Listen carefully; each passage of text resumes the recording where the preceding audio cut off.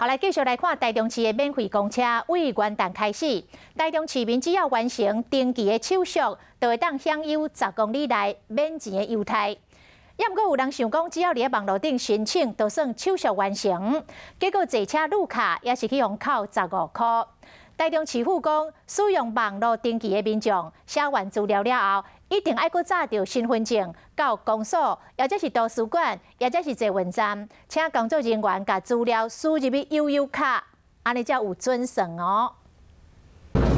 悠游上车，上车就红扣15块，因为台中市为1月7日开始无登记，特别当享受10公里内免费的优惠。台中免费公车呢，虽然你只要登记以后呢，你只要是台中市民就可以免费搭，但如果你只有在网络上登记，没有到现场去靠卡的话，你上车还是会被扣钱。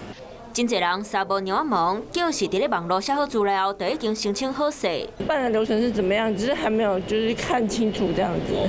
有人上车红扣钱，才发现原来是无完成手续。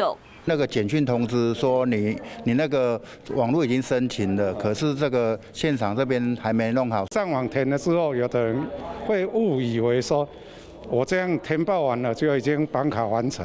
交通局说明，民众会当登记的所在有区公所、图书馆、甲捷运站。伫咧网络写好资料，输落来一定要摕悠游卡和身份证去登记，安尼才会当享受优惠。